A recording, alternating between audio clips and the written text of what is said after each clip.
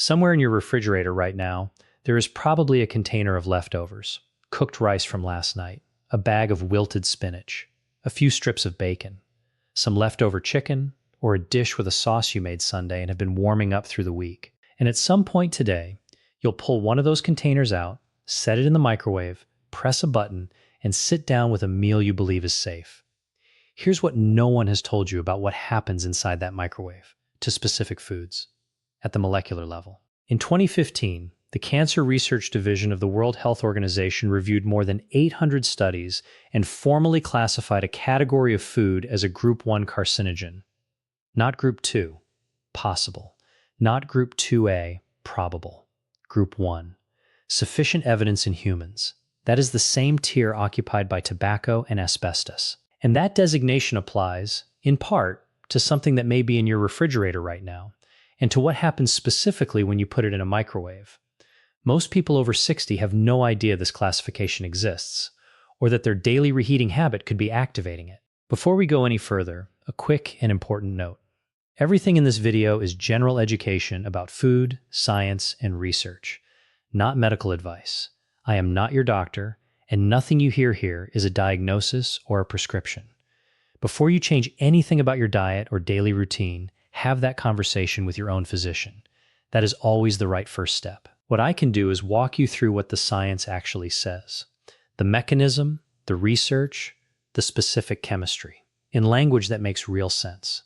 And then you take that to your doctor. With that said, what I'm going to walk through today are 5 specific foods that cancer researchers, food safety scientists, and toxicologists have specifically flagged as risky to reheat in a microwave, not because these foods are dangerous in their normal form, but because of what they become under rapid, high-intensity, uneven microwave heat, and because after 60, the systems inside your body that process those exposures are operating at a different level than they were 20 years ago. That gap matters more than most people realize. Before we get to number 5, I want to plant something in your mind about number 1. Number 1 on this list is a food that millions of people warm up for lunch several times a week without a second thought. It carries a formal World Health Organization cancer classification, and the microwave specifically accelerates the exact chemistry behind that classification. I'm going to explain the molecular reason why and what you do instead.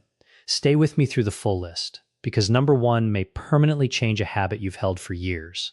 But first, I want to hear from you. How old are you, and do you regularly reheat leftovers in a microwave during the week? Just your age and a yes or no in the comments below. That's all. I read these, and the answers genuinely shape what I cover next. Now, before we get into the 5 foods, I need to give you a piece of background that makes everything on this list make sense, because without it, the list is just a set of rules with no reason, and rules without reasons get forgotten. Your microwave does something that a stovetop and a conventional oven do not. It sends electromagnetic waves into food that vibrate water molecules from the inside out, simultaneously, at depth. The result is rapid heating that is often dramatically uneven. The outside surface may read as scalding while the center sits well below safe temperature, and in localized spots, the actual temperature exceeds what the surface or the steam suggests. Now think of certain molecular structures in your food as stable arrangements, structures that hold their shape and chemistry under normal conditions. The nitrogen compounds in leafy vegetables, the nitrite preservatives in cured meats, the polyunsaturated fats in cooking oils, the protein structures in chicken and rice. At refrigerator temperature, and even under moderate, gentle heat, most of these compounds remain what they are. Under rapid, intense, uneven heat, some of those bonds break.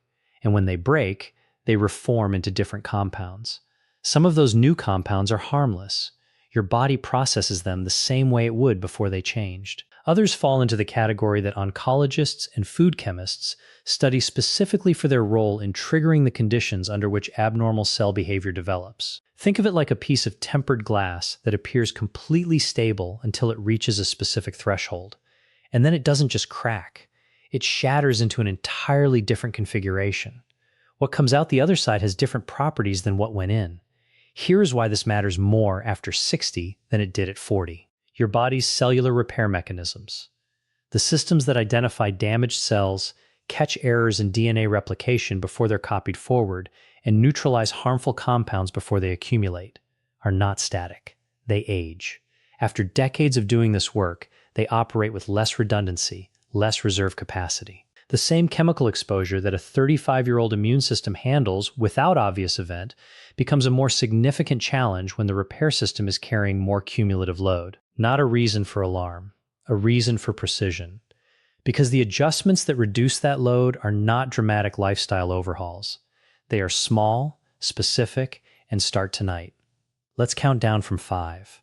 Number 5 is one that surprises almost everyone, and that's cooked spinach, kale, and other dark leafy greens that you're reheating a second time in the microwave. Let me be clear about something immediately. Spinach and kale are among the most nutritionally dense foods a person over 60 can eat. This is not a reason to avoid them. What changes is specifically whether you microwave them a second time after they've already been cooked and refrigerated. Here's the mechanism, and it's important. Dark leafy greens are among the highest natural sources of dietary nitrates in the human food supply. The European Food Safety Authority has documented that raw spinach contains between 600 and over 1,200 milligrams of nitrate per 100 grams, depending on growing conditions. In your body, dietary nitrates from fresh greens serve genuinely useful functions. They support blood vessel dilation and are part of the chemistry behind cardiovascular and circulatory health benefits. That's the widely told story. Here's what the story leaves out. When cooked greens are chilled in the refrigerator and then reheated, particularly at the rapid, uneven temperatures a microwave generates, a bacterial enzyme process that survives refrigeration converts a portion of those stored nitrates into nitrites. In the acidic environment of your stomach, nitrites can react with amines produced during protein digestion to form a class of compounds called N-nitroso compounds. Some of these, specifically nitrosamines, are among the most extensively studied classes of potential carcinogens in food chemistry. They are the same family of compounds behind the cancer classifications we'll get to in the number 1 slot. Think of freshly cooked spinach like a river moving in one clean direction. The moment it chills, sits, and is hit with microwave heat for a second time, that current reverses, and what flows out the other end carries compounds that were not present before. The European Food Safety Authority has specifically noted that repeated reheating of high nitrate vegetables elevates nitrite concentration in a way that warrants caution for vulnerable populations, and people over 60, with somewhat lower average stomach acid levels and cellular repair systems working at a different efficiency, fall within that category. The fix is simple. Warm your greens once, gently, in a pan with a small amount of water or olive oil. Don't microwave them a second time. If they've been sitting in the refrigerator for several days, eat them cold or don't eat them at all. The value of these vegetables is real and worth protecting. Protect it by handling them right. From number 5 to number 4, we shift from a plant-based concern to one that affects the most commonly stored starchy food in most refrigerators. Number 4 is leftover rice. And this one connects to a risk category that becomes significantly more serious, specifically after 60. Here's the mechanism. Rice harbors a naturally occurring soil bacterium called Bacillus cereus. Its spores survive standard cooking temperatures without any difficulty. When cooked rice is left to cool, particularly if it sits at room temperature for any extended time, those spores germinate, bacteria multiply, and produce toxins, not the bacteria themselves. The compounds those bacteria release while they're growing. And here is what the microwave cannot fix. Once those toxins are present in rice, no amount of reheating destroys them. They are heat stable. You can bring contaminated rice to a full rolling boil, and those toxins remain intact and active. Microwaving it until it steams does not make it safer. Think of those toxins like a dye absorbed into fabric. You can wash the fabric repeatedly. The dye stays. The same principle applies. Once the compounds are in the rice, the heat cannot undo them. The Centers for Disease Control and Prevention tracks Bacillus cereus as one of the most underreported causes of acute gastrointestinal illness in the United States, precisely because most healthy younger adults experience it as brief, unpleasant, and easy to dismiss. But for someone over 60, whose immune system is operating with different reserve capacity, whose kidneys process toxins more slowly, and who may be on medications that further alter digestive tolerance, what a younger body handles without drama can escalate into a serious episode requiring medical attention. The prevention is entirely practical. Cool your rice within 1 hour of cooking. Move it into a shallow container to speed cooling, then refrigerate immediately. Eat it within 1 day. If you don't know exactly when it was made, discard it. Reheat it only once and only to a genuine full temperature throughout, not just warm on the outside. Never twice. This one is not about fear. It's about understanding that certain microbial chemistry plays by different rules than we assume, and that reheating in a microwave provides no protection against those rules. Number 3 is something I flagged at the beginning, and it's leftover chicken and reheated poultry of any kind. Pay close attention here, because this one has 2 separate layers, and both matter for people in this age range. The first layer is food safety, and it's the more immediately serious of the 2. Chicken protein is dense, and microwaves heat unevenly. What feels thoroughly hot on the outside of a reheated piece of chicken may be sitting at 130 to 140 degrees internally, well below the 165 degrees that the FDA and USDA require to ensure that bacteria like Salmonella, Campylobacter, and Listeria are actually eliminated. These organisms produce no visible or odor cues. Contaminated chicken that hasn't been heated to a safe internal temperature doesn't look different. It doesn't smell different. The only reliable signal is a thermometer. A healthy immune system in a younger adult can often handle a mild bacterial challenge without producing obvious illness. After 60, that tolerance is narrower, and bacterial foodborne illness in this age group is associated with more severe outcomes, longer recovery times, and higher rates of hospitalization than in younger populations. The second layer connects more directly to the cancer research. When chicken protein, or any muscle meat, is repeatedly cycled through high heat, it undergoes a process called protein oxidation. Oxidized proteins release a group of compounds called reactive carbonyl species. Research supported through the National Institutes of Health has linked sustained dietary exposure to oxidized proteins with the kind of low-grade systemic inflammation that scientists increasingly identify as the cellular environment in which cancer development is more likely to occur over time. Not a single event, not a single meal. A cumulative background condition. Think of it like metal left out in rain. Rust isn't a single moment. It's a process of repeated exposure. And each cycle of heat, cool, and heat again accelerates it. Your reheated chicken goes through that cycle every time. The prescription. If you reheat chicken in a microwave, do it once only. Use 60 to 70% power. Cut the chicken into smaller, even pieces first. Cover the dish with a microwave-safe lid.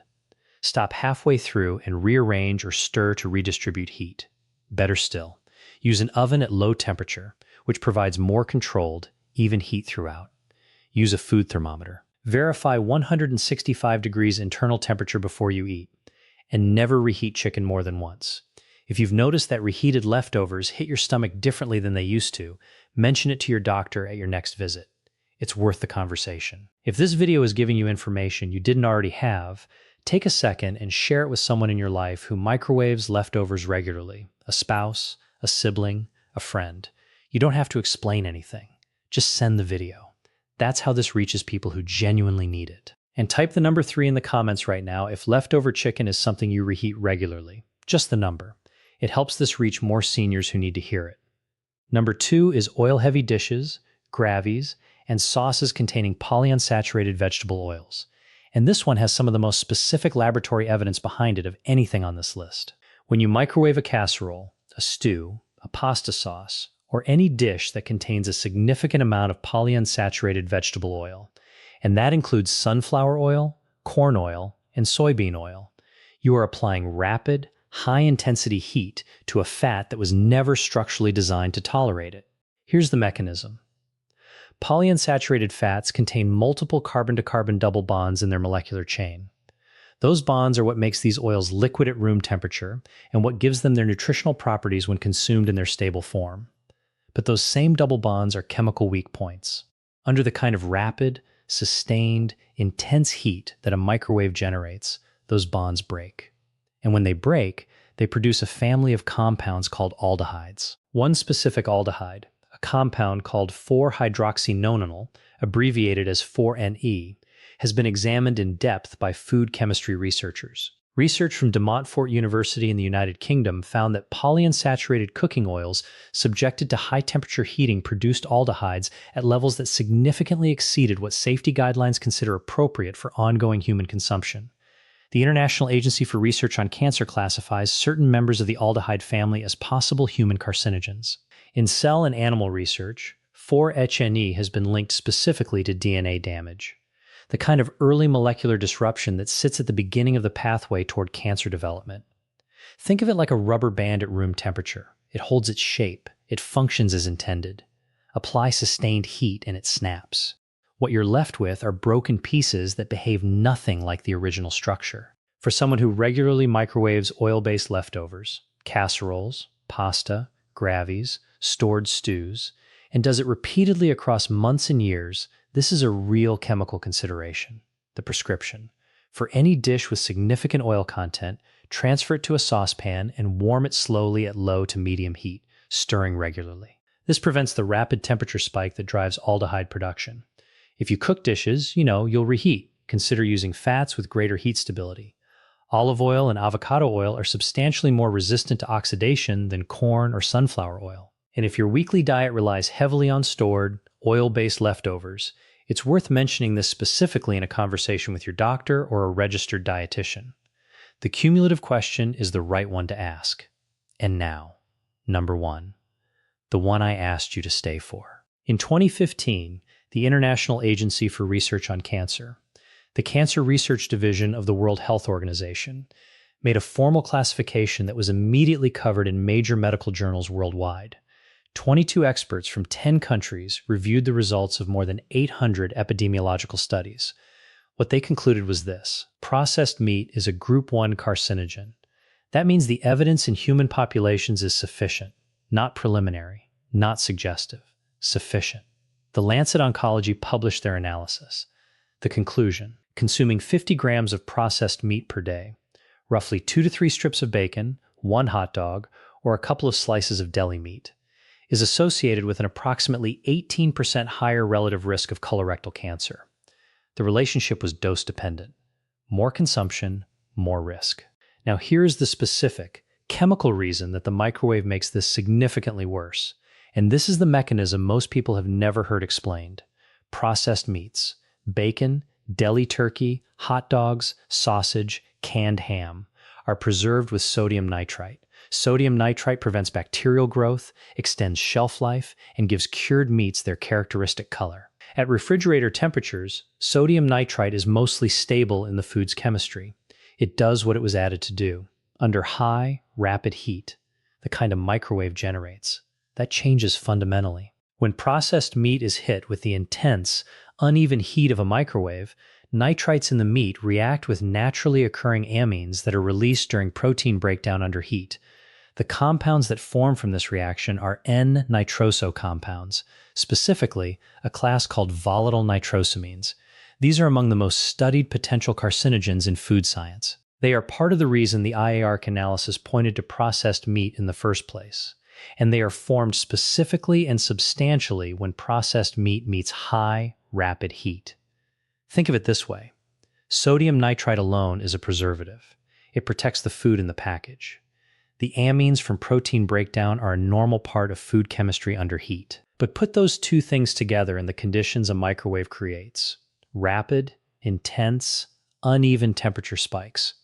And what forms is in a chemically different category from what you started with. The analogy for your body, your cellular quality control team, the system that identifies abnormal cells and prevents them from replicating, has been doing this work for 60 or 70 years.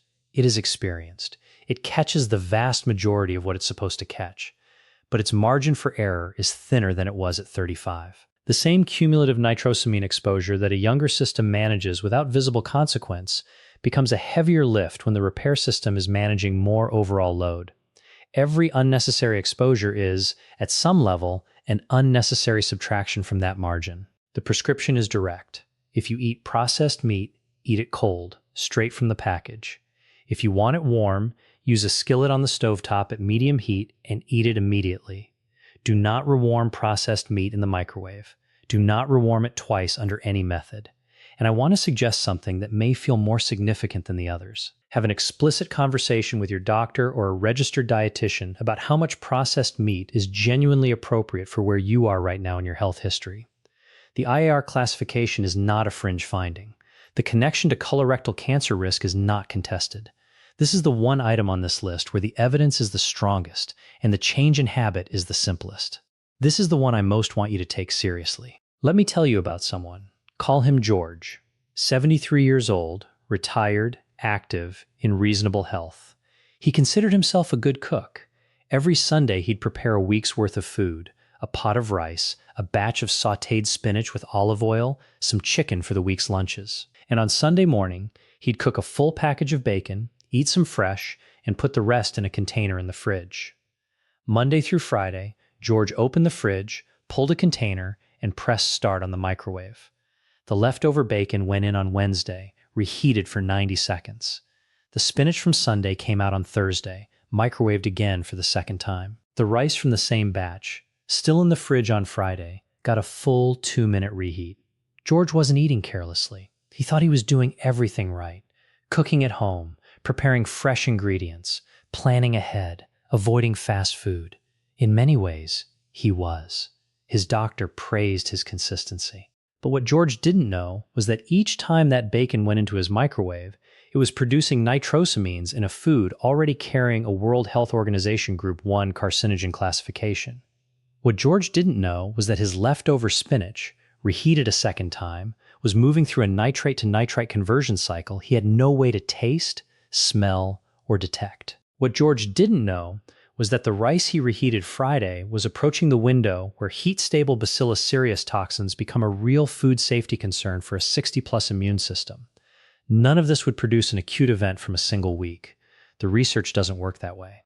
What it tracks is cumulative exposure, thousands of people over years, patterns of repeated behavior, and what those patterns correlate with in cancer incidence and immune burden. George is the kind of person who shows up in those studies, not because he did anything reckless, because he did something entirely ordinary, consistently, without understanding what was happening at the molecular level. That's the point, not carelessness, lack of information. The difference between George's trajectory over 10 years and a different one comes down to 5 small changes in how he uses his microwave. That's all. 5 habits. None of them require eating differently, just reheating differently. Let's bring this together, because there's a single thread running through all 5 of these items. Your microwave isn't the enemy. None of these 5 foods is inherently dangerous in its normal form, cooked and consumed immediately. What the research points to is a specific combination. Certain foods, under high repeated heat, at a life stage when your cellular environment operates with less repair redundancy. That combination is where cumulative chemical load builds. Here's what the science distills to in practical terms, and what you can do starting tonight. 1. If you have cooked spinach or other leafy greens in your refrigerator, warm them once only, in a pan, with a small amount of olive oil or water. Not the microwave. Not a second time. 2. Check your leftover rice. If it has been in the fridge longer than 1 day, or if you are not certain exactly when it was made, discard it. Going forward, cool rice within 1 hour of cooking, refrigerate it immediately, eat it within a day, and reheat it only once. 3. If you are reheating chicken tonight, cut it into even pieces. Use 60 to 70% microwave power, cover the dish, stop midway to redistribute heat, and verify 165 degrees internal temperature. Reheat it only once. If you have a food thermometer, now is the time to use it consistently. 4. If you have a casserole, a gravy, or a sauce with significant vegetable oil content waiting in the fridge, warm it on the stovetop instead. Low heat, slow, and even stirring regularly. It adds 3 minutes and removes an aldehyde exposure you don't need. 5. Look at your refrigerator right now. If there is leftover bacon, deli meat, sausage, or hot dogs in there waiting to be microwaved, make the decision tonight. Eat it cold, cook it fresh in a pan, or discard it. From now on, processed meat and the microwave are a combination you don't use. One more time, because it matters, none of what I've said here is medical advice, and none of it constitutes a treatment recommendation for your specific situation. What I've walked through is food chemistry, what happens to certain compounds under specific heating conditions, and what the research literature says about those compounds in the context of cancer risk and immune function after 60. What that means for your individual health belongs in a conversation with your own doctor, who knows your history, your current medications, your risk profile, and what your body specifically needs. But the 5 habits themselves? You can start all of them tonight. They are small. They cost nothing. And they shift the cumulative chemistry in your body in the right direction over months and years. Now I want to hear from you.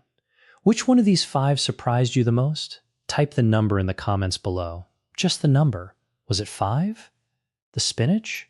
4? The rice? Or number 1, the Group 1 designation for something in millions of refrigerators right now? I read every comment, and your answer helps me understand what to go deeper on next. And if you've noticed changes in your digestive health, if your gut has been signaling something different over the last year, or if colorectal cancer has come up in your family history at all, the next video you should watch covers the 5 early warning signs that your gut is trying to communicate something your doctor should know about. It connects directly to the chemical environment we discussed today, and it's the logical next step from here. It's linked right after this one. Take good care of yourself.